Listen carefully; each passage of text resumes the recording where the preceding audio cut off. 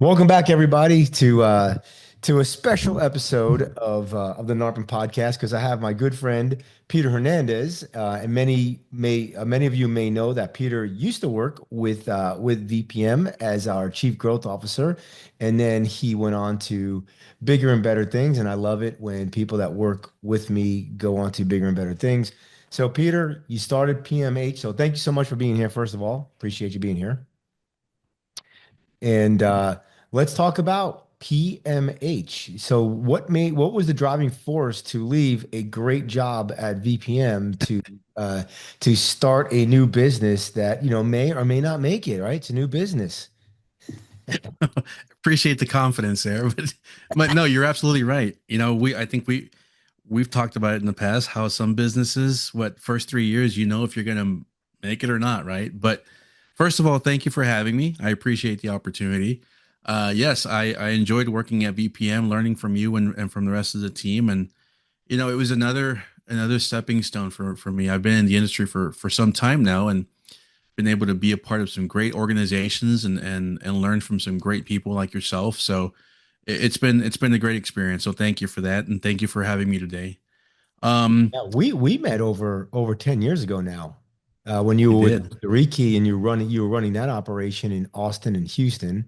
Then you took on the role at CHS and became CEO of CHS for a little bit, and they do over $10 million a year. So nothing to sneeze at there. And then moved over to VPM as a startup because you like evidently you like the hard things because startups I'm are a glutton for punishment, is what they say. glutton for punishment.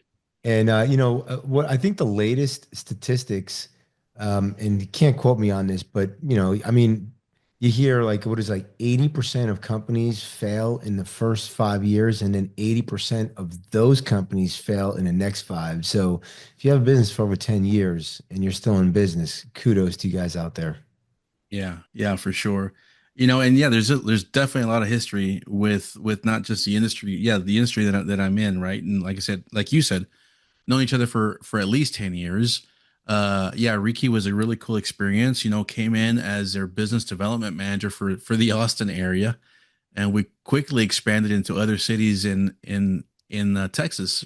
Around You Austin. guys single-handedly rebuilt the NARPM chapter of Houston. It was really on Hmm. the back of Mr. Riki that did that. So We did. We're um, at the time the organization was a very firm believer of NARPA and what it does. I've honestly, I've personally embraced that as well. I can see how the great relationships and the organization is great for the industry.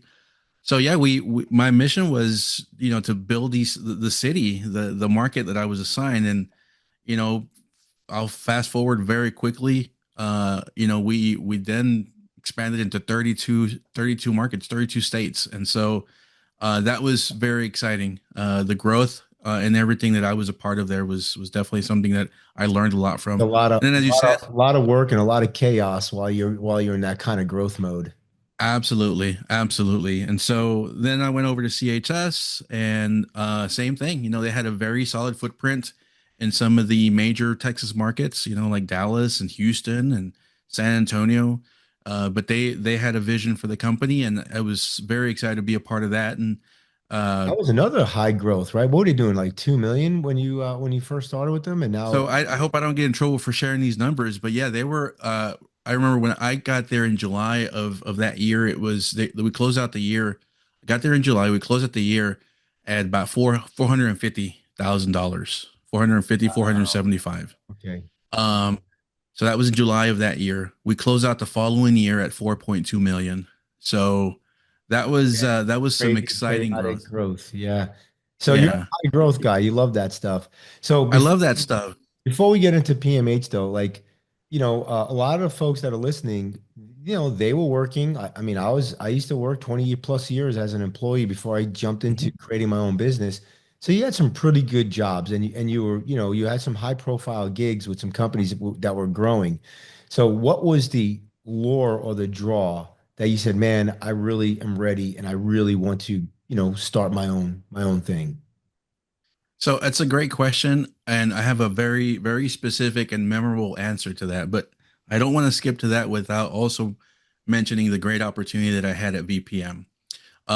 So talked about Mr. Riki, talked about CHS, but VPM, a startup, right? And like you mentioned earlier, it's I didn't really ever notice it until someone, and it may have been you, that mentioned how I have a thing for for these type of businesses, these type of companies, and so it was a great opportunity. Things were starting up at VPM. I thought it was a great opportunity to really take the brand or create a very specific identity for the brand and take it to a national level. So that was exciting. And again, I thank you for that opportunity. But yes, high profile jobs, great opportunities, and with that comes great money, right? So why go off and do your own thing? Well, I remember I was reading a book. I was either reading or listening to a book one morning. And I always thought that I wanted to do something, build my own thing, do my own thing. Um, but being around friends like yourself, there was always great opportunities around and say, hey, when and if you're ready, or when you looking for something else, got an opportunity for you over here. And again, the helping structure and maybe create processes and whatnot for a startup was exciting. So I would put my own plans in the back burner, if you will, and I would go and work for for the VPMs or whoever. And and one morning I was reading a book or listening to a book, and I remember this quote very specifically. It said, "If you don't go out and build your own dreams, someone will hire you to build theirs." Mhm. And so Powerful. I did have my own dreams. I've had my own dreams, and I didn't mind being hired to build someone else's dreams because I was a part of that. There was a certain level of pride and accomplishment in that, and I loved it. But it got to let's be real, right? Where no one's getting any younger, and I thought, well, if I don't do this now, it might just not ever happen Yeah. because if I'm at VPM or wherever for another 3 or 4 years, and what's next? Some another opportunity is going to come along. I'm going to jump on that opportunity, but I'm not building. I did have a dream and I wasn't building that. And so that's literally how it happened. I remember having a conversation with you about it. I was ready to start working on my own dreams. And with that came a very specific area of helping businesses, which is very people focused. I have talked about how in not just our industry, I'm sure other industries, processes, systems, procedures, software, um, profitability, like all these things are very like they're hot topics, right? And sure, there is some conversation being had around, right person, right seat, how to hire, how to train. But I think that takes place in the early part of maybe of bringing someone onto a team, That's and fun. Yeah, and that literally is bringing somebody onto the team. But once they get there, yeah, then what once happens? they're there, it's I love baseball, as you know, right? And so I Yes, you're a big Astros fan. go Sox. The metaphor I use there is you get someone through the through your system, right? Whether it be AAA or whatever, right? You get them to the big leagues. You've got to continue to do something. You've got to continue to create opportunities and impact the folks once they've reached that trip, once they've reached the big leagues. Once you've hired them, it doesn't end there. And I felt like in I kept seeing it over and over. People were getting hired, and sure, people were using Culture Index, DISC, you name it, and they said, "Hey, I've got the right person, right seat." But well, here's what I kept noticing: unless you have a great program, a great plan for your team, an ongoing plan for your team, you could have the right person in the right seat. They're eventually going to leave you if the systems and processes and procedures are broken within your organization. So, um, I thought it was important for some of these businesses to have a plan for post hire. Okay, what happens after you bring them on? What happens after you train them? What happens after you do some level of development, right? So I think there's been a lot of focus on the initial part, the onboarding, the hiring, but then it's like, okay, you're in, and that's it. And so I really thought there was an opportunity there for helping business owners understand that Definitely a lot that goes into success when you think of your software, your systems, and your processes, but it's a people business. It's a people business at the end of the day, right? And so you can have the best software and the best system. If you have a team that doesn't believe in that system or the software or believe in your vision, then You, you really haven't accomplished much. it's funny you hit on it. You say, well, some people run disc and they have job descriptions and all this other stuff, right? But I'll tell you, Peter, even that piece of it, I'll be in a room with 100 property managers and I'll speak and I'll say, okay, raise your hand if you have a system for move in, move out, at least we know 100 hands go up. So raise your hand if you have a hiring system. One or two hands will go up. So even that is very, is very few and far in between, right? But if even if you get the right person, now what's the system that you have to train them? What's the system you have to manage them? And then what's the system that you have to keep them as a engaged team member? Is that Yeah, right? you're absolutely right. And the first part to your comment, so we just came back from broker owner a couple of months ago, right? Month and a half ago, something like that. Had an opportunity to survey. I believe it was came down to about last count. I think was like at 92 property management companies that took our survey or assessment. It's interesting. The the assessment, the data came back and showed that uh, what was it? 90% of the people that took the assessment had no KPIs in as part of their system or part of their process. So it goes back to, okay, you've hired these folks, you want them to be successful, but have you lined up the tools, right? That's the processes or the system should be there to support the people, to support your team. But if you don't have a way to measure results, if you don't even know what results you're expecting, if your person that you hired has doesn't have a very clear understanding of what the expectations are, then again, all of that is just a recipe for disaster. Oh man, I couldn't agree more, man. Like when I ran Empire, everybody in my organization had a KPI, right? The KPI basically which tells everybody which way to row, right? Because Yeah. if you got somebody rowing backwards, somebody rowing sideways, somebody rowing forward, the boat just kind of goes in a circle and you really don't get anywhere. The one thing it's funny, I've been in business a long time and I still learn something new every day. And I was talking to Matthew Whitaker about 2 weeks ago. And he was telling me about his vision. His vision was, I think, sorry, Matthew, if I get this wrong, but I think it was 25,000 doors by 2025. Yeah, And that sounds about right. after his merger with Poplar, they got to 23,000 doors. So he didn't hit quite 25,000, but man, he got darn close. And that's a lot of doors. And then he said, yeah, the new one now is 50,000 by 2030 or something like that. And I forget. And I thought, man, my vision was like, pull people out of poverty in second and third world countries. It was all like this really like, I mean, it was great, but I'm like, man, a number is so much easier. So we changed our vision. We are now looking at 5,000 filled jobs through the platform by 2029.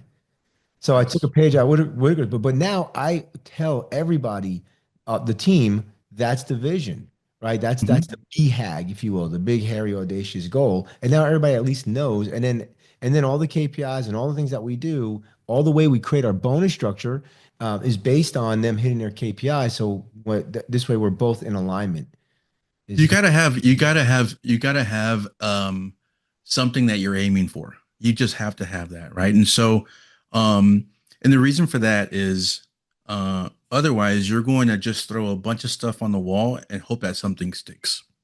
Yeah. Uh or you know, in boxing terms, you're gonna just throw blows at everything and not hit anything, right? So you want to make sure that you aim your blows at, that you're doing a good job of knowing, okay, what am I aiming for? What am I hitting at? What is my goal? What do I want to do? What do I want to accomplish? Documenting that stuff is super important. Um, Having it in front of you and your team, whether it's on a weekly or quarterly meeting, is super important. And so those are some of the things that, again, some of the opportunities that I kept seeing, and now the data is proving that, right? As I'm some of the in this industry, some of the property managers that are taking the assessment are the data is proving that there is a disconnect between the systems and the opportunities or the way that the people are managed. So talk a And little bit so more about the assessment. What's the goal? What does the assessment tell you? What's the yeah, overall goal of the assessment?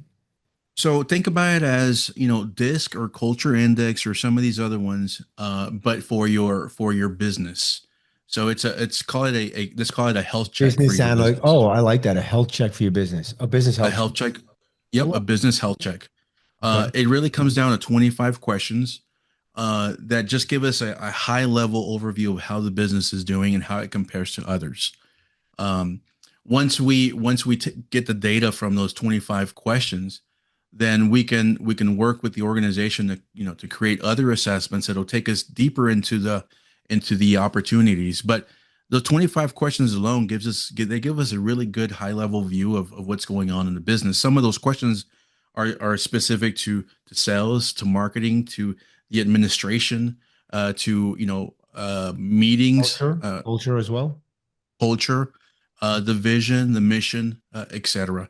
Um, and processes. Like there's a section for processes. Do you have KPIs? How often do you meet with your team, etc. Um, and they all connect. So let's just talk about that one real quick. If say someone says, "I do have KPIs," okay. Next question could be, "Do you have weekly, daily, monthly, or quarterly meetings, or none at all?" And depending on the answer, it's like, well, if the answer is we meet quarterly, okay, great. You have KPIs and you meet quarterly. Well, here's what's going to happen, Pete, and you know this. You're going to show up to the quarterly meeting, and it's not until then you're going to realize Yeah. these people aren't meeting their numbers. Right. So now I'm four Well, what? months in. Yeah.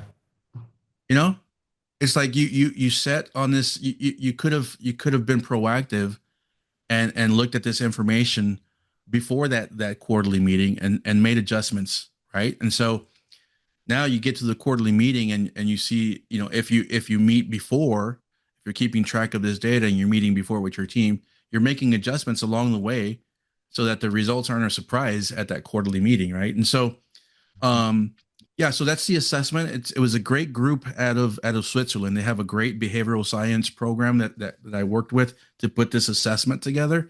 And so far it's starting to give us some really, really good data that I think is going to be interesting to share with the industry. So If I take this as a company, what's the next step? So now I get this, and then you're going to go over the yeah, results with me, right.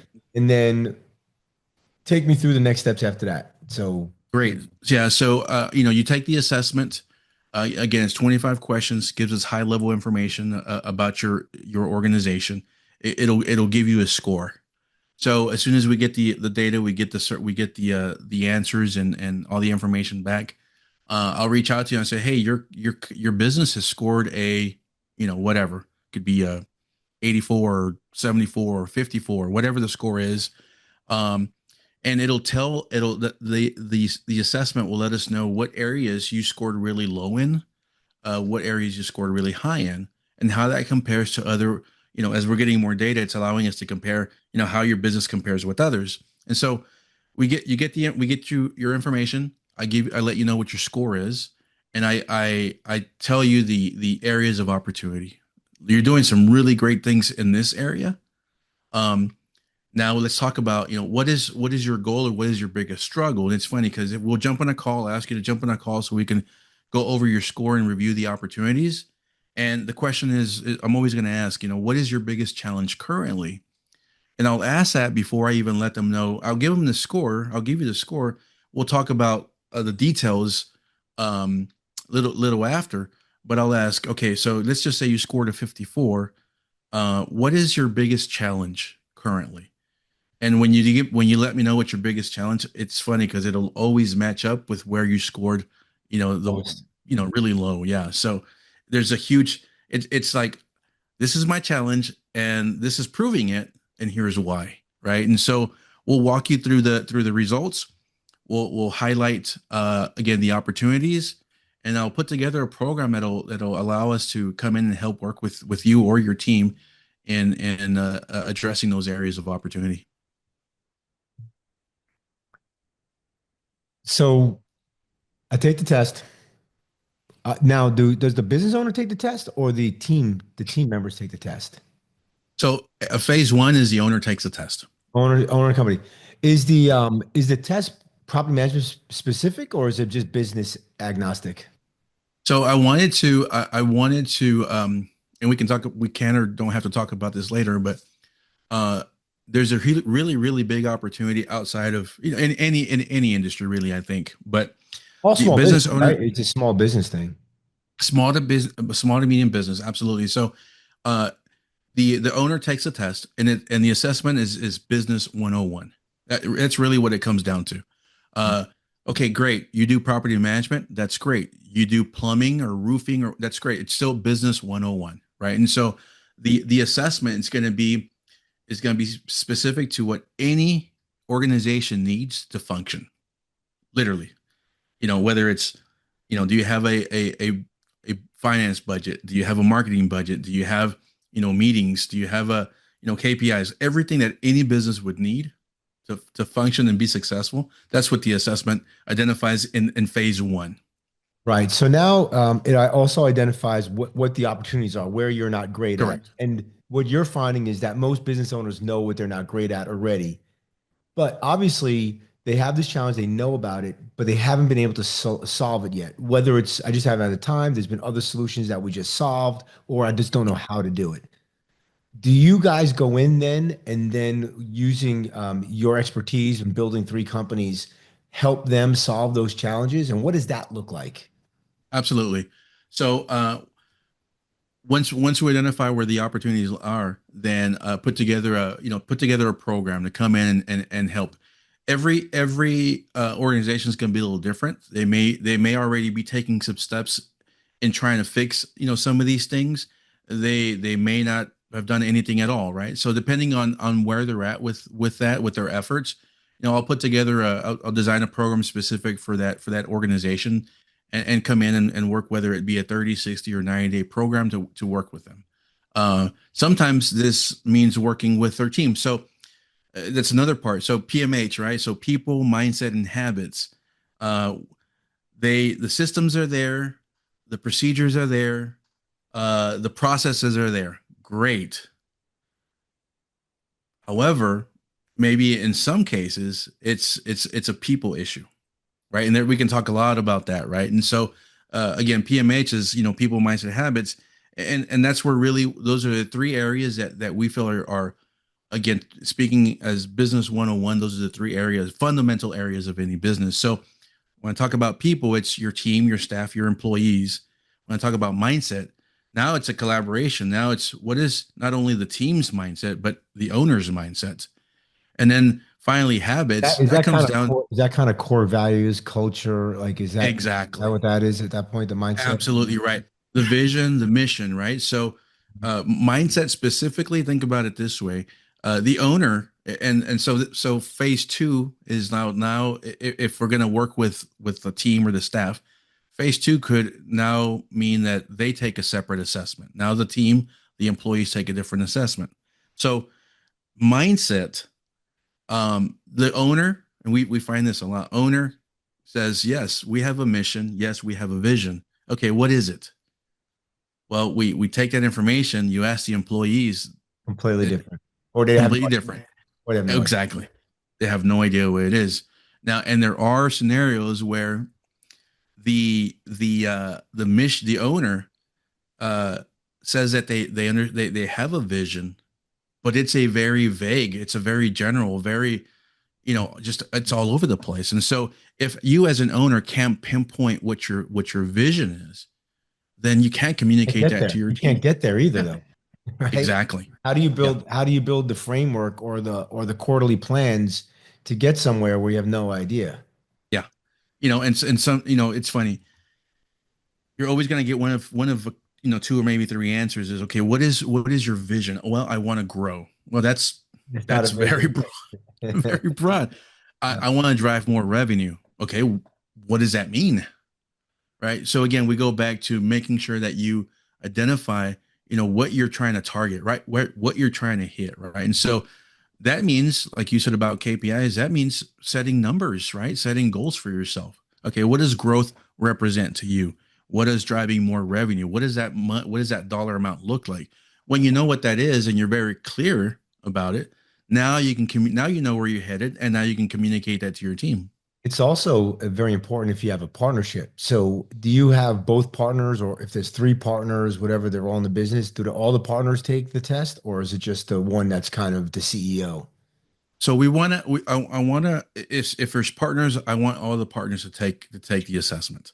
Um, if there is, because here's the reason for that is there might be out of the three partners, there might only be one that's actually in the day to day and driving the business or the company. But them as a team, these people, they got to be on the same page too, I right? Yeah, I agree. Yeah. One of them says, "Hey, we're gonna go left," and the other two says, "Well, I thought we were going right." Right. Well, look, So if the guy's running the business says we want to get to 300 units at, let's call it $1 million a year, and the two other partners like, wait, we thought we were going to do the 3,000 units or in, three markets, right? So like that's complete. It's a different business. You run a completely it's different business. absolutely. So yeah, so the assessment, if there are partners, we prefer that they all take it because again, as leaders in their organization, whether they're involved in the day to day or not, they've got to be on the same page, Yeah. right? Because it all trickles down from there, right? And Where so where do you where do you stand on the leadership team? So like at Empire, we had a leadership team and then we had team members underneath that. Would you recommend the leadership team take it all as a absolutely, secondary and then the team takes like do you do the owners first, then the leadership team second, then the team? absolutely. And again, it depends on the size of the organization, right? So there's some that do have leaders in place, and then you have your team or your employees. Absolutely.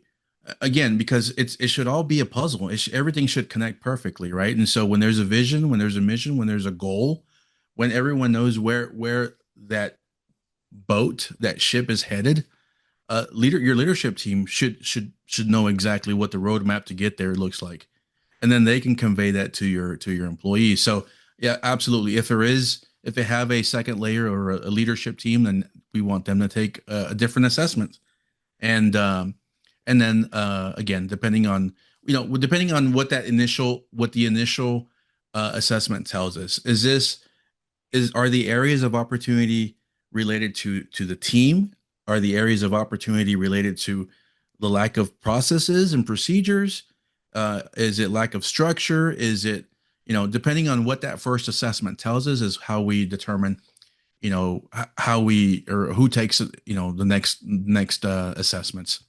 Habits.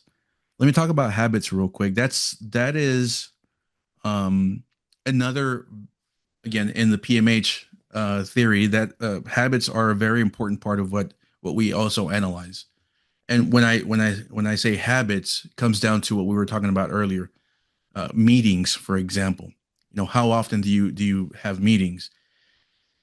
And here's one thing that I've the data is telling us a lot too. So you ask, hey, do you conduct daily, weekly, monthly? What kind of meeting? How often do you hold your meetings?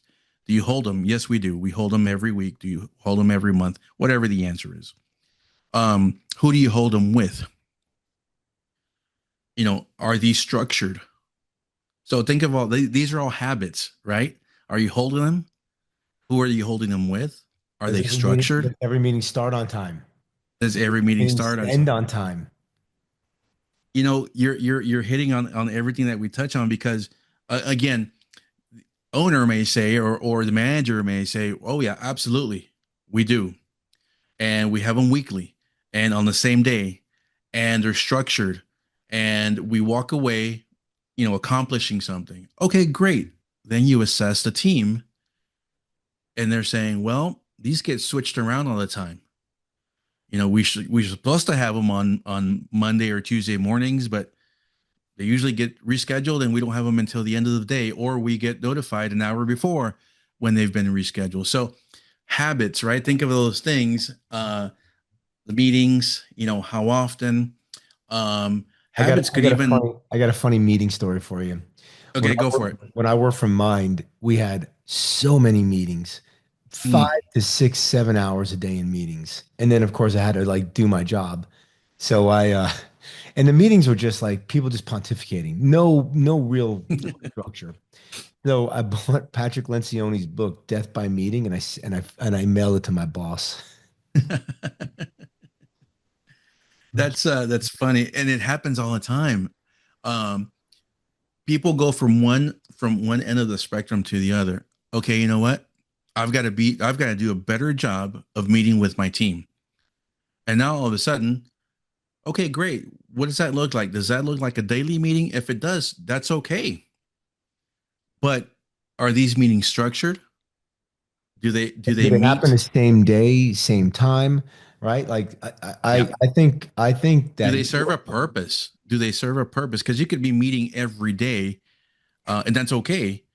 But they should meet a purpose. There should be a reason why you're meeting every day, right? it's funny, man. It sounds so simple, but it gets pushed aside all the time. As a matter of fact, on the VPM Academy last month, I actually created a course on how to schedule meetings, like how There to you set go. up. Yeah. So, so yeah, if you want to go out there to the VPM Academy, you can check that out. But yeah, people don't even they just don't even realize it. And look, when my business partner Steve Rosenberg and I, when we were building Mhm. Empire, we would get into the biggest fights when we weren't meeting Yeah. because he would be traveling or whatever. And if we didn't meet for a few weeks, we'd start getting into like it'd be the challenges and we get into a fight. But if we stayed on a structured meeting every week, structured meeting with an agenda, then the business ran much more efficiently. Yeah. Hitting Yeah. on something big there. Absolutely. So here is, people ask, or people, when they hear the opportunity, let's just take the meetings, for example, habits. Uh, when people hear that the opportunity within their business to reach success is around meetings, they just think, oh, well, that's simple. Then I'll just look at the calendar, see what day and what time I want to meet with my team, and there you go. It's a schedule. It's on there. Well, it's not that easy, and this is. It sounds easy. If it were that easy, it'd be happening all the time and everywhere, right? Yep. You can put it on your calendar. I think the biggest challenge that people have, the business owners have, is creating an agenda for that meeting. Again, so that meeting has a purpose. I was talking to a client not too long ago. Says they meet with their team every week, and so I asked, "What does that agenda look like?" And his answer was literally, "Well, we kind of go around the table and just kind of ask the guys to tell us, what they're kind of struggling with out in the field." Okay, great. That's a great point to have on the agenda. Uh, what does the rest of the agenda look like? He said, "No, that's pretty much it." Okay, so if they're telling you what they're struggling with, are what's next? How do how do you come up with solutions for whatever their struggles are? Are these Right. And, that, struggles being and that's where you documented? and that's where you and your team come in. Absolutely. And you identify the challenges. You let them know there's a disconnect. Hey, the team is saying this, you're saying this, and then we're going to go ahead and give you tools, resources, and coaching to solve those Absolutely. challenges. Yep. Now, what's the goal? The goal is to just have the company run much more efficiently. So kind of talk a little bit about like what the end result would look like. Yeah. So the goal is, here's what I keep hearing. Most business owners associate results, and there is a lot of truth behind it. Money, revenue is what keep the doors open, right? And so, um, at the end of the day, everyone is looking to make sure that they drive more revenue or increase profitability. So the goal is to prove through this system, through this program, how tweaking or attacking the areas of opportunity within their staff, their people, maybe the mindset across the organization or the habits across the organization, how really focusing on those things are going to impact their revenue and their profitability, because it really does. And so we do take note of what does that look like now. What's got that going to look like after 30, 60, or 90 days. And how you measure that is, depending on the business that we're working with. You can prove that you've increased revenue, increased profitability by simply understanding, for example, what someone does specifically every day and how that has their performance gone up or down, right? And so again, you need systems to kind of measure those things too, right? And so we help build those systems so that they can have more than just a gut feeling. I don't think my maintenance department or my maintenance Oh, I person is hate really that. doing Yeah. that well. Well, let's create some metrics to measure that. Feel like he's not, I feel Yeah. like he's not working well. And it's like, Yeah. I don't know. Mathematically, I can tell you if he's not working well because here's Exactly the it. Yep. KPI, here's the reporting. Yeah. So the end goal is to show how either a department or a specific individual or the organization as a whole has increased impacted their revenue and their profitability by just adjusting things here and there throughout the organization. And if you reduce churn, employee Hmm. churn, that's going to save you a lot of money because Absolutely. I think Eric Weatherington from Pure, he told me that every time somebody leaves, they've left 2 weeks before they actually left because like mentally, or Absolutely. 2 months, sorry, 2 months. So right there, you lost 2 months of kind of real work, and then you get ready to write a check for about 3 grand. He told me. Yep. So it very, very, and then of course you have to then rehire that person, and that costs time and effort, and then all the hours of productivity lost, and it could add up really quick. So if you can get people in alignment, and people want to be managed, right, Pete? Like, do you see that as like, I see that. I'd rather not instead of my boss, like obviously I don't want to be micromanaged, but I don't want to just like, here, just throw me out to the wolves. People really No. do want to be managed. They want to be held accountable and they want to have a scorecard to hit, so to speak. So yes, and manage is probably the word that we use or hear more often. But here's what I think. Uh, I think we could substitute that word with people just want structure. People want structure, right? And so when you manage someone, it's a matter of them understanding the expectations and understanding how they're going to meet those and knowing that they have the tools to accomplish the job. That's really what management comes down to, right? And so when they have that structure, people want that. There are some people who really enjoy chaos, but most people want structure. Going back to the churn thing, Goes back to your absolutely. culture, right? If you have a culture of structure, Yeah, absolutely. who want chaos are going to. And do you find that as you do this, that there are just some people who are bad fits and they have to replace them? Yes. Yeah. Um, there are. Uh, and the reason there are some, but I see more people um, who would perform at a very high level if given the right direction and the right tools. I see that more often than I see, well, so and so is just they could be in the wrong seat, Hmm. but it doesn't necessarily mean that they're not good for the organization. So there's more diamonds in the rough that are actually Absolutely. smothered that they can really explode Yeah. versus people who are wrong Yeah. fit. Got it. And to find that out, it goes back to another thing that we do with the habits part of our program is, do you conduct evaluations and how often do you do these? Do you set time aside to speak to maybe an entire department and see how things are doing, what kind of, how things are going, what kind of challenges are they facing? Um, and then do you go down even further and maybe even talk one-on-one with the people within that department and, have them, take an evaluation or take a survey, how are things, was it, here's another part of like the post hire is, okay, you've been with us 90 days, great. And maybe you've scheduled a sit down with that person, great. Well, how about you put together a survey that says, how do you feel the training went? Mm. Did you feel that you were given the tools to perform or to carry out, what was expected? What would you change as part of the training process, right? So some of these things is what's going to, as you said, are going to prevent the churn that some of the folks are seeing. Because I was reading an article not a couple of weeks ago, said 70% of the people that leave an organization don't tell anyone why they're leaving until the exit interview. Okay, That means there's no that's it. quarterly or biannual reviews happening. Exactly. Yeah. And that's it if you even hold an exit interview. Some Yeah. people leave and you never even know why they left, No idea why they left. Yeah. right? So had you been conducting evaluations, reviews, You could have caught some of these things early on because here's the thing: people don't want to leave.